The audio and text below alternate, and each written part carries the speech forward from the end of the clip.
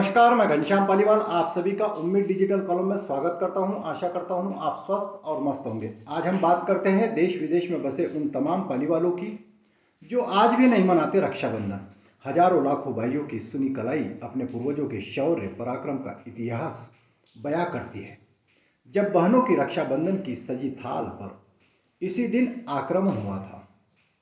भाई बहन के पवित्र बंधन का पर्व रक्षाबंधन जब भी आता है तो हिंदू समाज में हर्षोल्लास का माहौल छा जाता है। लेकिन आदि गौड़ वंशीय पालीवाल ब्राह्मण समाज के लिए यह दिन बीते समय की घावों की याद दिलाता है। एक इतिहास जिसने इस पालीवाल समाज की संस्कृति धरा को मोड़ दिया।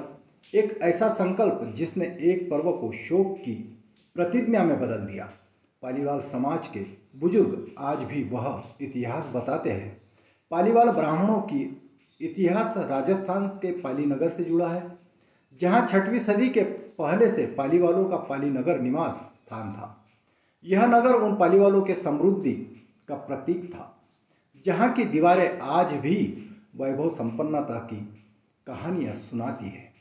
पालीवालों की प्रतिष्ठा व वैभव संपन्नता इतनी थी कि यहाँ आने वाले हर एक परिवार को घर गृहस्थी बनाने के लिए 1 रुपया और 1 ईंट भेंट रूप देने की प्रथा थी।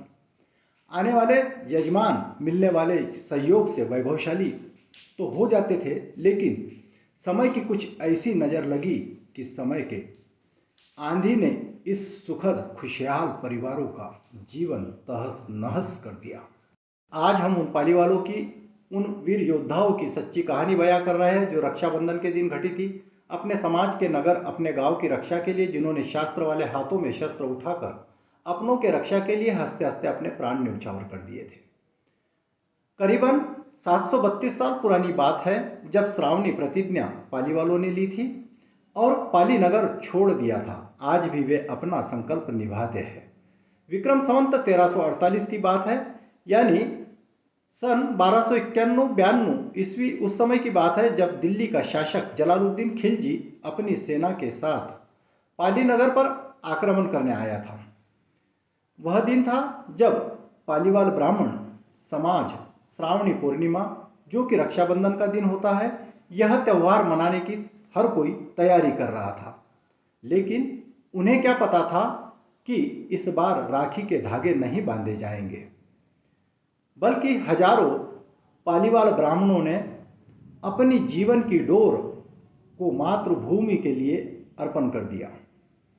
खिलजी की सेना ने पाली को लूटा, लोगों पर अत्याचार किया और पीने के पानी को दूषित और गंदा कर दिया। उस जमाने में पीने के पानी के गिने चुने ही तालाब होते थे, और जब खिलजी को पता था कि हम इनसे युद्ध जीत नहीं सकते, तो उन्होंने ये पानी के तालाबों को गंदा कर दिया, अपवित्र कर दिया। और पालीवालों ने भी अपनी जान की बाजी लगाकर युद्ध किया और हार नहीं मानी। लेकिन इस युद्ध में सैकड़ों माताएं बहनें विधवा हो गई। पाली की धरती लाल हो गई।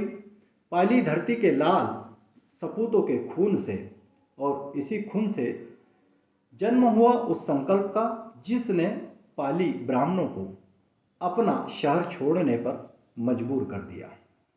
कहा जाता है कि रक्षाबंधन के दिन हुई इस घटना से पालीवालों के हृदय को इतना आहत किया कि उन्होंने पाली नगर को सदा के लिए छोड़ने का निर्णय ले लिया था।